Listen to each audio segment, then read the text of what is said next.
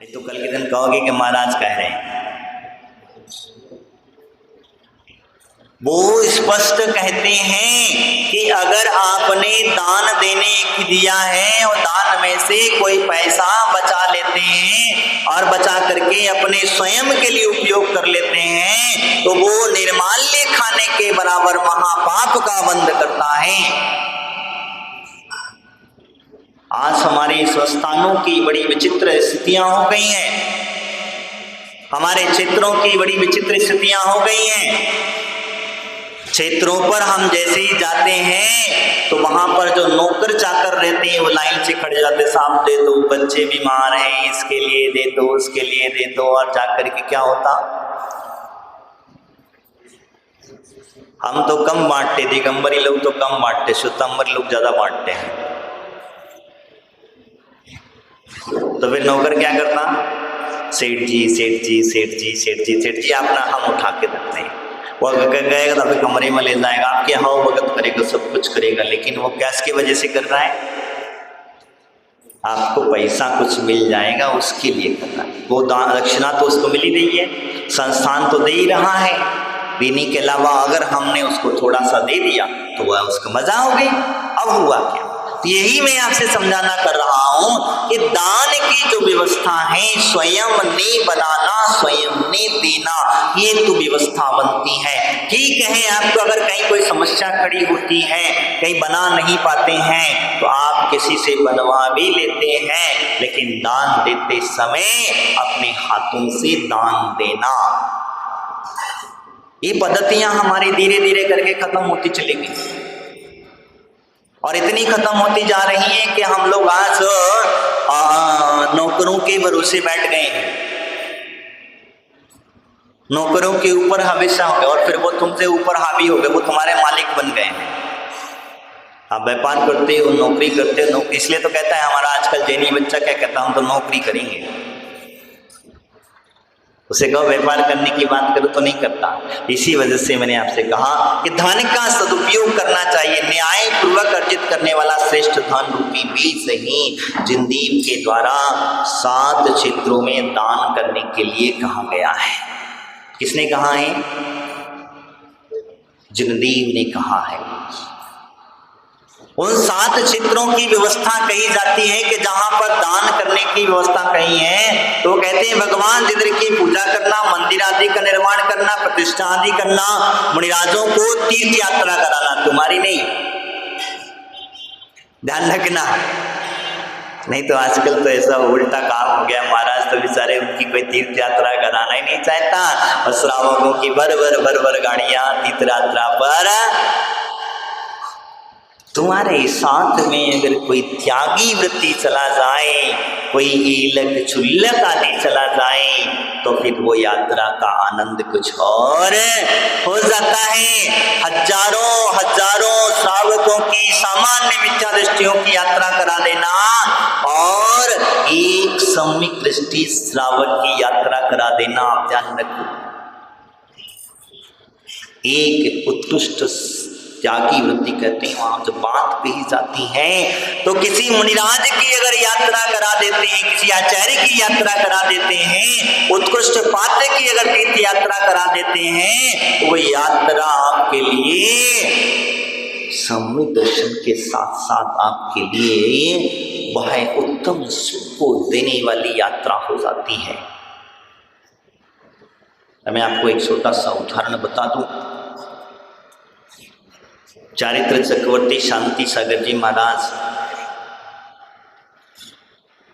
को जो बंबई वाले सेठ जी ने भावना भाई कि महाराज आपकी सम्यक शिखर की यात्रा हम कराना चाहते हैं, तो महाराज ने कहा भी नहीं करेंगे, देखेंगे आके। 1-2 बार 2-4 बार उन्होंने विदन करा, नहीं, फिर बाद में कहते हैं ठीक है, बोले कोई बात नहीं है। कहते हैं कि यात्रा संग चल रहा था, उस चलते चलते चमत्कार बता रहा हूं आपको, सत भूमि में बोए हुए बीज का फल बता रहा हूं। चलते चलते संग नागपुर पहुंचा और नागपुर पहुंचने के बाद में सेठ जी का पैसा खत्म हो गया। क्या हुआ, जो सेठ था उसका पैसा खत्म हो गया। और जब खत्म हो गया तो थोड़ी सी उसकी चेहरे पर सिकंस थी कि पैसा आएगा कैसे। क्या हुआ? पैसा आएगा कैसे। और जब आने की बात हुई तो कहते हैं जिससे उन्होंने कभी 1,00,000 2,00,000 रुपए दिया था और देने के बाद भूल गए हो। क्या? देने के बाद वो भूल गया। सेठ जो था वो देने के बाद भूल गया। और जब भूल गया तो जिसको दिया था उसे बोध आया करी हमने सेठ जी से 2,00,000 रुपये उस समय पर अपनी व्यापार आदि के लिए लिया था। अब अपना व्यापार अच्छा चलने लग गया है तो क्यों ना सेठ जी का पैसा वापस लौटाया जाए। सेठ जी के घर पहुंचा। घर पहुंचने के बाद में देखता क्या है कि सेठ जी तो वहां मिले नहीं। तो घर वालों ने कहा भैया हमें दे जाओ पैसा। नहीं, बोले जिससे लिया है मैं उसी को दूंगा। मैं पैसा जो है जिससे लिया है उसी को ही दूंगा। अब होता क्या है, जब ऐसी बात आई तो होता ये है, अब क्या कहाँ सेठ जी मिलेंगे?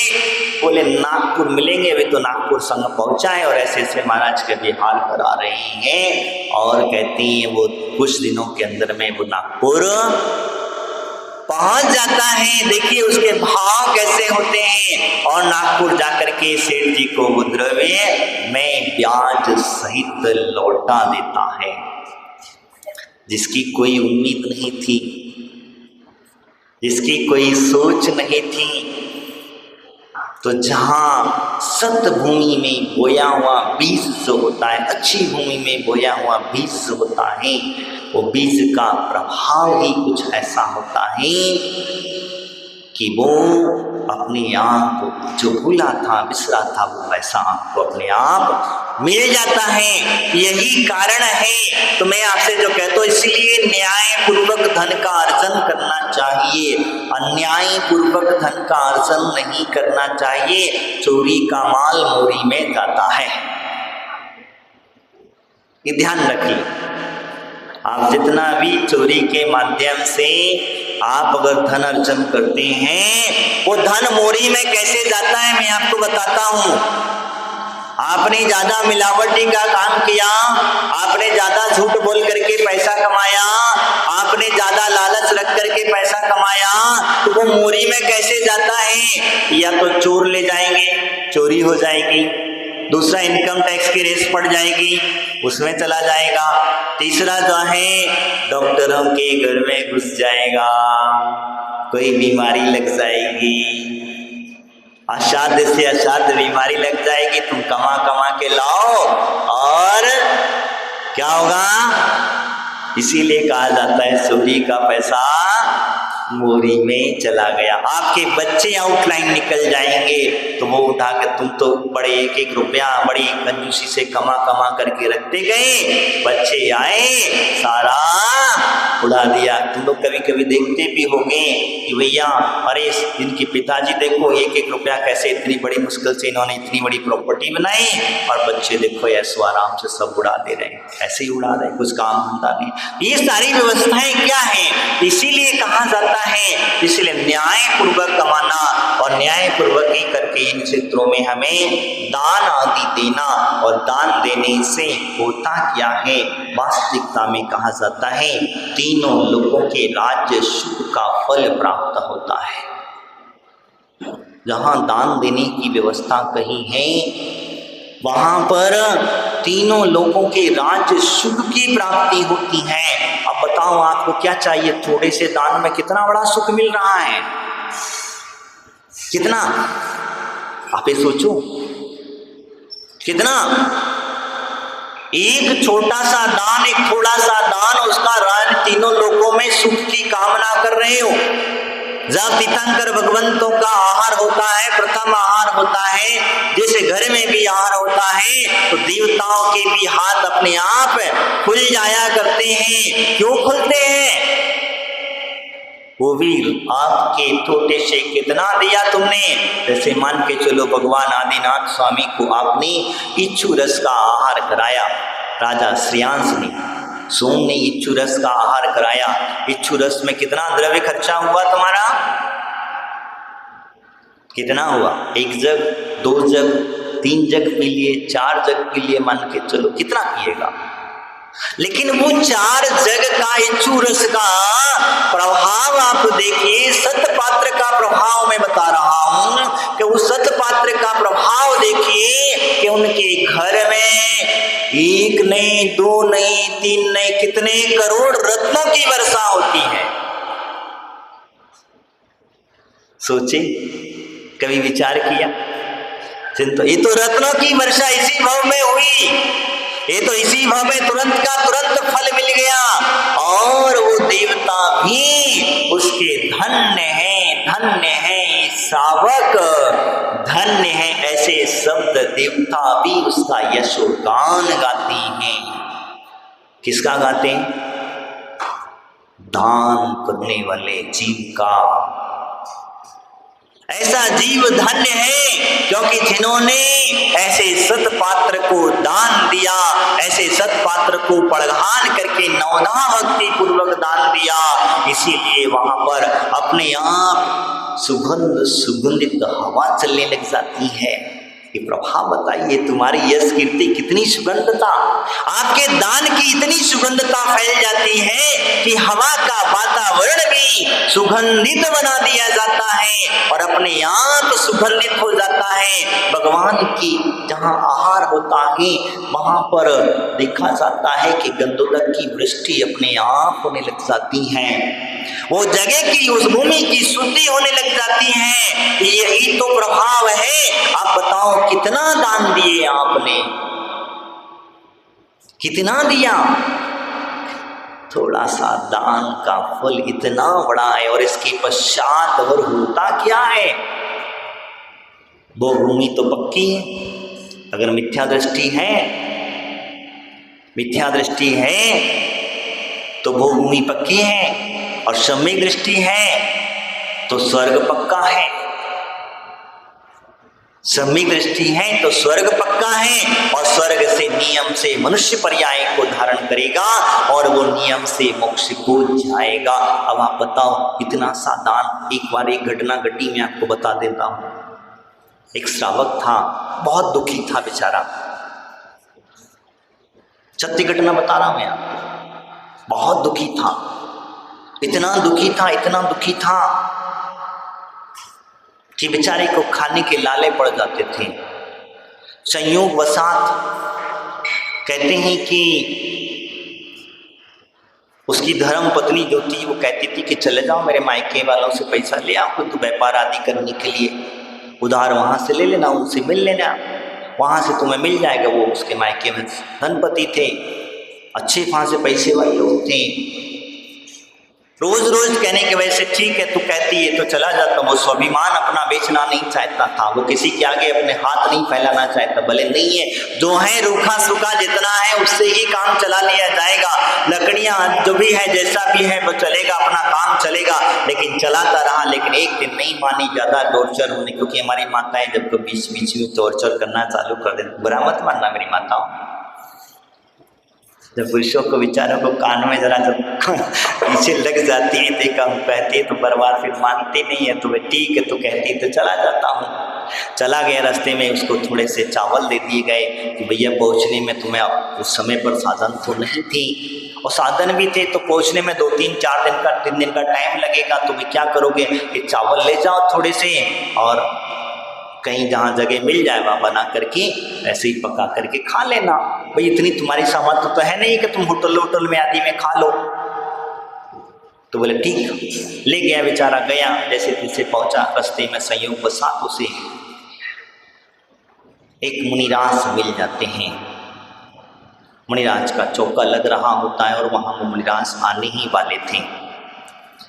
वहां पर वो मुनिराज आने ही वाले थे, और आने के समय पर मुनिराज मिल जाते। चौका लग रहा था, उसने सोचा कोई साधु सन्यासी है, तपस्वी है, इसीलिए तो इस जंगल में भी उनके लिए भोजन बन रहा है। तो उसके मन में विचार आया कि क्यों ना अपन भी अपना द्रव्य यहाँ, इससे क्या पेट कितने दिन चलेगा, जो होगा सो देखा जाएगा। उसने क्या किया, जो पोटली में चावल लेकर के आया था उसने सीधे ले जाकर के चौके में दे दिया। उसके भाव परिवर्तित हुए तो चौके में ले जाकर के दिया तो चौके वालों ने कहा भैया भोजन यही कर लेना महाराज के आहार के पश्चात, स्वाभाविक चीज है। तो उसने कहा चलो आज का काम तो अपना हो गया, कल का कल से देखा जाएगा। उसने द्रव्य दे दिया। उसके बाद में होता क्या है कि उसने कहा ठीक, जब चावल दे दिए तो उसने कहा ठीक है तुमने चावल दिया, अब एक काम करो, कपड़ा भी पड़ा है फैला हुआ है और कोई चौके में जेंट्स है नहीं है कि बीमार भैया हो गए हैं, अब महाराज को कोई ना कोई जेंट्स तो भाई मुनिराज हैं तो जेंट्स तो चाहिए, लेडीज में महाराज नहीं आएंगे, कैसे हम लोग आहार कराएंगे। तो बोले ठीक है बेचारा, अब इतना ही कहा है तो चलो बोले कि जवाहर कुछ नहीं भैया, हम नियम धर्म हमसे कुछ आता नहीं है, हमें कुछ पढ़े लिखे हैं नहीं और हम तो गरीब आदमी है, तुम कहते हो तुम्हारी वजह से हम महाराज की सेवा कर देंगे। अब देखिए आप ये बात कहते हैं कि जब उसने आप कहा ठीक है, सेवा करते करते उसके कितने भाव परिवर्तित होते हैं। संयोग वसाल जब चावल देने की बारी आई तो अम्मा कहती हैं बेटा तुमने चावल लाए थे, तुमने बनाया था, तो क्यों ना तुम एक अंजुली महाराज की अंजुली में एक गिलास दे दो, क्यों ना तुम एक गिलास दे लो। अब ये गिलास बोले महाराज को मैं कैसे दूंगा, मुझे तो कुछ आता नहीं है। अम्मा ने धीरे धीरे करके उसे शुद्धि बोलना सिखा दिया और शुद्धि बोलने के बाद में पश्चात होता ये है कि वो धीरे धीरे करके एक गिलास महाराज की अंजुली में क्या दिया, वो चावल दे दिए। वो चावल एक गिलास उसने मंजरी आज की अंजलि में दे दिया और फिर पीछे जाकर के खड़ा हो गया और सेवा करता रहा। महाराज का आहार हो गया। आहार होने के पश्चात में होता है उसने भोजन किया और वो आगे प्रस्थान कर गया। आगे जाकर के मायके में पहुंचा, अपने ससुराल में पहुंचा। तो पहुंचने के बाद में होता ये है कि सालों को पता चला कि हमारे जीजा जी आ रहे हैं इतने फटे पुराने कपड़ों में, तो गांव में हमारी बेइज्जती क्या होगा, बेइज्जती हो जाएगी। लोग कहेंगे देखो ये धनपति सेठ का जवाई है, इतना भिखारी बन करके आया है, इस तरीके के कपड़े, और उसे पता तो चल ही गया था कि भैया ये कुछ ना कुछ मांगने आया है। तो इसे को क्या करा उन्होंने, चुपचाप से नौकर से कहलवा दिया गया कि तुम हमारे घर में नहीं आना। काका तो हमारे घर में नहीं आना। बोले क्यों, तुम्हारे जो साले थे वो सब लोग बाहर गए, घर पे कोई नहीं है, घर में कोई नहीं है, उसे बाहर की बाहर ही रवाना कर दिया। बेचारा दुखी होकर के चला गया। कुछ छूट पश्चात उसने कहा चलो अब यहाँ व्यवस्था नहीं बनी तो क्या करूं। अपनी उसकी लाडली एक बहन रहती थी थोड़ा सा दूरी पर ही, वो सबसे लाडली थी उसकी, इतनी लाडली बहन थी। तो उसने सोचा कि चलो अपने बहन से कुछ भी मिल आते हैं। वो तो गया था मिलने के लिए, बहन से मिलने के लिए, बहन से मांगने नहीं गया था। लेकिन बहन ने समझा कि भाई की स्थिति खराब हो गई है और ये हो ना हो कुछ ना कुछ पैसा कमाने, पैसा लेने आया है। तो बहन भी कितनी होशियार निकली, उस भाई को जहां पर जानवरों को बांधा जाता था, ऐसे जिसको कहते हैं, वहां पर रुकवा दिया गया और भाई से कह देना कि मैं इतने बजे आकर के वहीं आकर के मिल लूंगी। क्या हुआ, भाई से कहना मेरे घर ना आए, वहीं रुक जाए, और वहीं पर कहते उसकी भोजन के लिए व्यवस्था करा दी गई। अब भोजन के लिए जो व्यवस्था में कहे टिफिन भेजा गया, टिफिन में उसने भाई के लिए बहुत कुछ भेजा गया था। एक टिफिन के डब्बे में धन भी उसने भेज दिया गया था कि चलो भाई के काम चोरी छुपे उसने चोरी से अपने पति को बिना पूछे उसने धन भी भेज दिया गया था। और उसने भोजन के लिए डिब्बा खोला तो भोजन में इतनी गंदगी थी, दुर्गंध आ रही थी। वो तो बेचारा क्या करें, वो जहाँ जो धन था वो धन था कोयले। क्या हुआ, रुपया का क्या बन गया, कोयला बन गया। और उसे गुस्सा आया कि देखो जिस बहन को मैंने इतना लालन पालन किया, इतनी सेवा करी, इसको इतना पढ़ाया लिखाया, इतने अच्छे घर में इसकी शादी करी, इतना द्रव्य खर्चा करके मैंने दहेज में दिया, और मेरी बहन मुझे क्या देती, कोयला खाने के लिए। उसने लिया वो सारा का सारा एक गड्ढा खोदा, जहाँ गौशाला जो थी उसमें गड्ढा खोदा और उसी में उल्टा किया, वजन दबाया और वहां से रात में ही गायब हो गया। सुबह हुआ, सुबह होते हुए किसी गांव में पहुंचा। वहां पहुंचने के बाद में एक बोर्ड लगा हुआ था कि जो व्यक्ति अपना सामान गिरवी रखेगा, गिरवी वाले सिस्टम जानते हैं अभी आप लोग वर्तमानों में जो चलती है, उसके तौल करके सामने वाला व्यक्ति धन देता था। ऐसा एक बोर्ड लगा हुआ था। तुम्हारे पास होना चाहिए सामग्री, आप जिसको भी रखें गिरवी में रख दें, उसके बदले में जितना धन चाहिए उतना ले जाए। ऐसा एक बोर्ड लगा हुआ था। बेचारा दुखी हारा पहुंच गया उस सेठ जी के दरबार में। कहते भाई क्या करें, कुछ अपने पास है नहीं, कहीं कहीं यहाँ से ही मदद मिल जाए कुछ है तो सेठ जी ने पूछा बेटा ये बताओ तुम्हारे पास में गिरवी रखने के लिए क्या है। तो सेठ जी मेरे पास तो कुछ नहीं है, मैं तो गरीब आदमी, फटा पुराना आया, उसने सारी घटना बताई। सेठ जी का थोड़ा मन पसीजा, लेकिन सेठ जी एक बात पर अड़े हुए थे। बोले बेटा मेरा एक नियम है, कुछ रखे बगैर मैं कुछ देता, मैं कुछ रखे बगैर कुछ देता नहीं, उसका नियम था। देखिए बहुत बड़ी व्यवस्था मैं आपको बता रहा हूँ। अब क्या हुआ आगे चल करके, उसने कहा कुछ नहीं है, कुछ नहीं है, कुछ नहीं है, जमीन नहीं, जायदाद नहीं, घर नहीं, दौलत नहीं, कुछ नहीं, क्या तो क्या रखूं। तो उसने कहा सेठ जी को अचानक याद आया, बेटा ये बताओ तुमने कभी जीवन में दान पुण्य किया है। तब उसे अचानक याद आया कि हाँ, रास्ते में आते आते मुनिराज को मैंने एक पोटली चावल दान में, मुनिराज को बोले तो चौके में आहार दान में दिए थे। वहां बस बोले एक काम करो, इसको लिख दो। क्या करो, कागज पर लिखो। अब क्या गिरवी रख रहा है, अपना दान,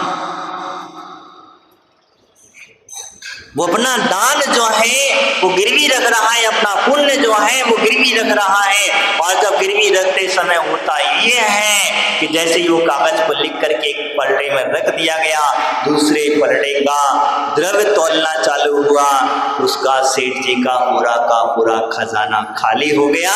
लेकिन वो कागज का टुकड़े का पलड़ा ऊपर ना हो सका।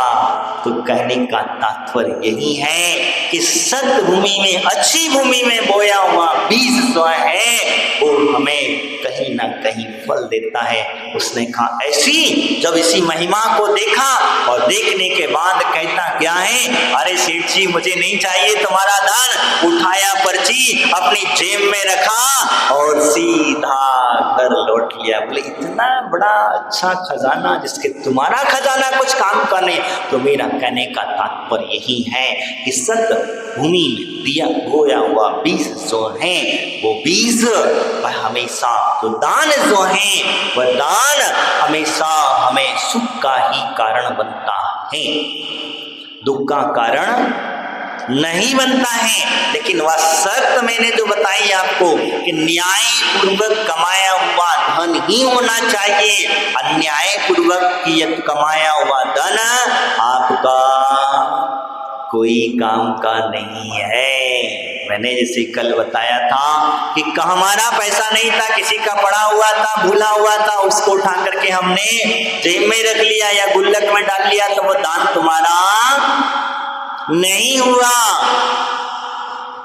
और पहली बात तो तुम उठा ही नहीं सकते। अगर आपने चोरी के माध्यम से धन कमाया है, नंबर 2 का पैसा आपके पास में भरपूर आ गया है, तो आपने उसका भी दान किया, तो वो भी दान तुम्हारा नहीं हुआ। कहीं आपको होता क्या है, जमीन के अंदर से धन प्राप्त हो गया, किसी को मिल गया। अब जब मिल गया तो क्या करें भैया, एक काम करो, इस धन का सदुपयोग क्या किया जाए, मंदिर में दान लगा दो, मूर्ति बनवा दो, मंदिर बनवा दो, ऐसे प्रतिष्ठा करवा दो, साधुओं के हाथ दान आदि में लगा दो, क्योंकि हम तो अपने लिए उसको यूज नहीं करेंगे। अब होता क्या है, तो वो लगा दिए, तुम्हारा तो था नहीं तो तुम्हें भी फल उसका नहीं मिले। कई बार ऐसा भी होता है, मैं एक और बताने जा रहा हूं कि भगवान की मंदिर बनाते समय हम अपना नाम लगा देते हैं, द्रव्य किसी और का हुआ करता है। ध्यान रखना, इसमें चोरी का दोष लगता है, क्योंकि द्रव्य तुम्हारा नहीं है, इसीलिए उसमें चोरी करना भी नहीं चाहिए। इसीलिए हमारे आचार्य भगवंतों ने कहा और वास्तविकता में कही जाती है, इसी द्रव्य को बात को समझ लेना। तो आगे वो कहते हैं, जिस प्रकार उचित काल में उत्तम क्षेत्र में बोया हुआ अच्छा बीज बहुत अच्छा फल मिलेगा,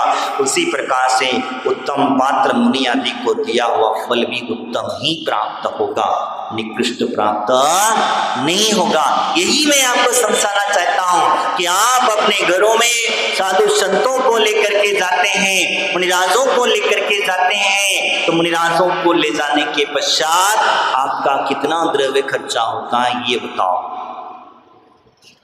कल मैंने आपको एक हिसाब बताया था, कुछ भी नहीं होता, जीरो, क्योंकि वो द्रव्य हमारा मुनिराज के निमित्त से खर्चा ही नहीं है। कोई खर्चा है? खर्चा है क्या? तुम्हारे भोजन में से अगर आपने किसी को भोजन करा दिया तो क्या कोई खर्चा लगा? लगा क्या?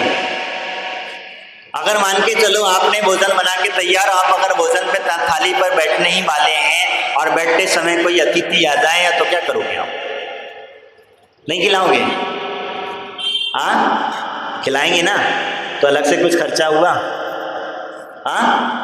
नहीं हुआ ना, ये बात जानते हैं, तो कोई खर्चा हुआ नहीं, बल्कि उससे घर में बढ़ोतरी हो जाती है। हमारे आचार्य भगवंत कहते हैं, जो व्यक्ति अन्न को, भोजन को मिल बांट करके खाता है और खिलाता है, उस व्यक्ति को कभी भी भूखा नहीं सोना पड़ता है। यही कारण ही बंधुओं, हमारे त्यागीगण ये उत्तम पात्र हैं। मुनिराज जो होते हैं ये उत्तम पात्र की संज्ञा इनको प्राप्त है। तीर्थंकर भगवान जो है ये उत्तम पात्र की व्यवस्था कही है। मंदिर आदि का निर्माण कराना, जिन प्रतिमा आदि का निर्माण कराना, पंचकलण आदि का निर्माण कराना और साधुओं की तीर्थ यात्रा कराना, साधुओं को आहार औषधि आदि का 4 प्रकार का दान देना, ये हमारे उत्तम पात्रों की व्यवस्था कही जाती है। तो उत्तम पात्रों को दान प्रतिदिन प्रति समय जितना अगर हमें मौका मिले, जब भी मौका मिले तब हमें जरूर देना चाहिए। अगर हम दान नहीं देंगे तो ये द्रव्य आज तुम्हारे पास में है, कल तुम्हें मिलेगा कि नहीं मिलेगा इसकी कोई गारंटी नहीं है। कल तुम्हारे पास में होकर के भी, और एक बात और मैं जो बताने जा रहा हूं, जो व्यक्ति दान नहीं कर पाते हैं, इतना सब कुछ पैसा होकर के भी दान नहीं कर पाते हैं, सुधान होकर के भी मुनिराजों के अंजलि में एक ग्रास आहार भी नहीं दे पाते हैं, वो कहते हैं कि भैया वो जो द्रव्य उनका नहीं है, मालिक कोई और है, क्योंकि वो द्रव्य उनका है ही नहीं है, मालिक कोई और है। और जब मालिक कोई और है तो मालिक का जब तक आदेश नहीं होगा तब तक हम दान नहीं कर पाएंगे। तो इसीलिए कहा जाता है, कमा तुम जरूर रहे हो, मेहनत तुम जरूर कर रहे हो, तुम भी कर्जा किसी का फेंक रहे हो, तुम्हारे ऊपर कर्जा तुम्हारे बच्चों का है, तो इसीलिए तुम उस कर्जे को फेंक रहे हो, उनके लिए जोड़ जोड़ करके रख रहे हो, लेकिन उसमें से जो दान पूजा में लगा दोगे वही तुम्हारे साथ में जाएगा और वही तुम्हें सुख और समृद्धि का कारक बनेगा। अन्यथा घर परिवार मोह माया के जंजाल में जितना भी द्रव्य तुम कमा करके रख जाओगे, उससे मात्र इतना ही है कि वह आपको पाप का ही संचय कराएगा, पुण्य का वर्धक नहीं हो सकता। आज इतना ही, बाकी की चर्चा हम कल करेंगे। बोले महावीर भगवान की, आचार्य गुरुदेव श्री विकृत सागर जी महाराज की, द्वादशांग श्रीवाणी माता की।